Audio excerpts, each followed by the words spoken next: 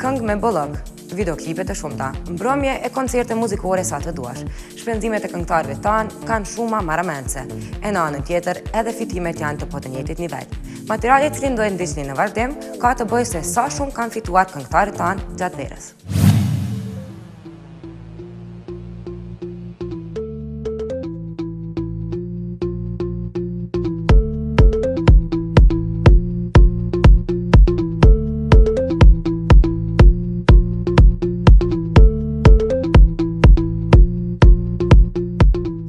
Viti i kaluar ka qenë një nga vitet me më shumë aktivitete që ka përjetuar bota shqiptare e muzikës. Videoklipe, këngë, fotosesione, koncerte e mbrëmje muzikore të shumta, në të njëjtën kohë fytyrat publike shqiptare janë modernizuar shumë dhe mundohen të jenë në trend me muzikën botërore, kështu që edhe jeta e tyre ka filluar të jetë një jetë luksi.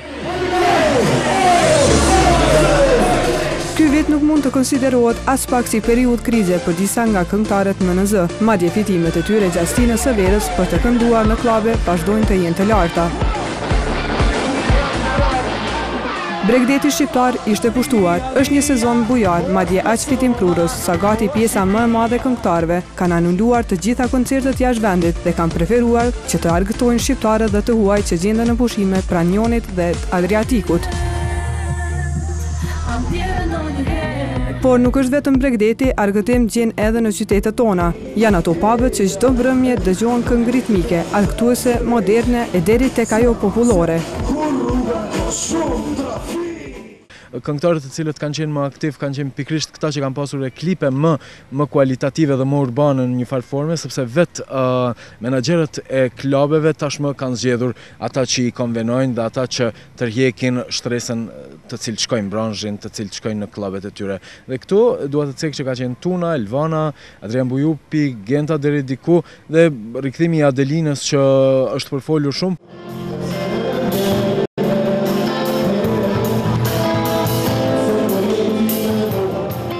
Emra të njohur të muzikës shqiptare që i gjejmë përgjatë fundjavës në skena të improvizuara barash me emër të karikuar me energji për ta mbajtur publikun në këmbë deri në orët e para të mëngjesit. Që në fillimet e verës, Prime, një klub nate në Prishtinë, nisi të organizojë mbrëmje me këngëtarët tonë. Kemi punu pothuajse me gjithë estradën, dhe të vërshi hip-hop grupet, tingulli trend, nëse skillzat veç u dajtën edhe më ta kemi pas data. Kemi punu me Keosat, me Pend, kemi punu me këngëtare Tunën, Nora Istrefen, kemi punu edhe me muzikë shqip, me Labën kemi pas dy neja, edhe me DJ-at huj që rrugon 4 kilere, mos flas për DJ-a vendor, DJ-a Tiranës, Shkupit, jemi punu me kap gjitha rrymat e njerëzve, varësisht çfarë muzike dëgjojnë.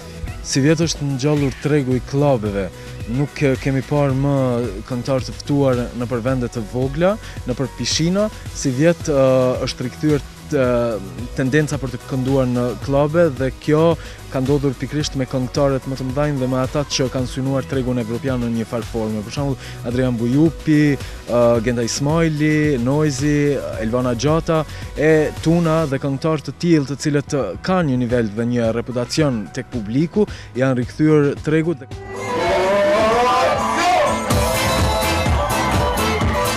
Ndërsa Adriana Matoshi, si një nga pronarët e diskotekës Top në Gjilan, tregon që shumica këngëtarëve kanë performuar më shumë se një herë. Do me thonë prej kërkesave të njerëzve, Sinan Vllazaliu, ka qenë njëri që e dojnë shumë,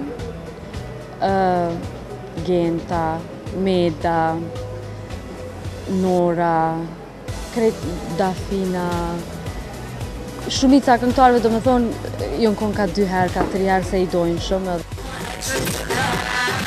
Sezoni veror paraqet padyshim periudhën e vitit kur këngëtarët janë maksimalisht të angazhuar në përmbrëmje gazmore, të cilat njëherët u sjellin edhe fitime të mëdha.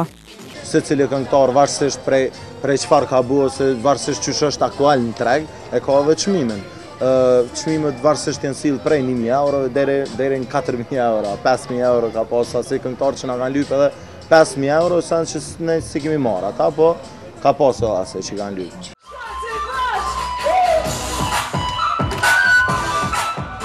Disa e rrisin, ndërsa disa e zbresin. Ky është bilanci të cilin këtë radhë kemi vendosur t'ju tregojmë në lidhje me çmimet e këngëtarëve në koncerte pikërisht gjatë sezonit veror, kur bëhet fjalë për këngëtarët më të kërkuar. Alberia Hadërgjonaj, Big Mama, Adrian Gaxha, Afërdita Drezhaj, Qiljeta, Shpat Kasapi dhe Zajmina Vajsjari paguan deri në 1.000 euro dhe jo më shumë. Çmimet variojnë, siç varion edhe shija e publikut. Njëherë është dikush në top form, njëherë dikush tjetër, e kështu me radhë. Si vjet, di që kanë shpërthyer emra që vitin e kaluar i kemi konsideruar më të heshtur. Për shembull, Tuna gjithmonë ka pasur zhvillime, por këtë vit ka qenë jashtëzakonisht pompoze edhe në sjelljen e klipit me elemente shumë atraktive dhe shumë jorse, shumë nxitse për publikun. Ajo duket që ka pushtuar tregun momental dhe shifrat e saj kanë prekur shifrat më të larta. Ndërsa Alban Skenderaj, Ermal Fejzullau, Golde Gji, Katrina Selimi, MC Kresha, Lyrical Son dhe Zampina Ismaili arrin çmimin nga 1.200 deri në 1.800 euro. Për të pasur në koncerte tingullin e Trend, Energy Band dhe Noizin, organizatorët e koncerteve duhet të ndajnë shumën prej 2.500 euro. Në shifrën 3.000 euro garojnë 3 këngëtare shumë seksi dhe të kërkuara për momentin: Elvana Gjata, Tuna Sidiu dhe Dafina Zeqiri. Çmimi i tyre është rritur shumë kohëve të fundit, pas sukseseve të shumta, duke mos haruar edhe këngëtarin Flori Mumajesi, i cili ka shifrën prej 4.000 eurove. Për ta mbajtur publikun në këmbë deri në orët e para të mëngjesit, padyshim mbetet muzika popullore. Në majat e pagesave për momentin gjenden këngëtarë të cilët këndojnë vetëm live nëpër koncerte dhe këtu vënë pjesë Sinan Vllazaliu dhe Labino Tahiri, çmimi të cilëve shkon në 5.000 euro për mbrëmje. Shumica e këngëtarëve tashmë kanë repertuarin e tyre, të cilët gjatësinë së verës i bie të realizojnë afër 70 koncerte, dhe po të bësh një përllogaritje të koncerteve të tyre çdo fundjavë, besoj e kuptoni se sa fitime ata marrin gjatë sezonit veror.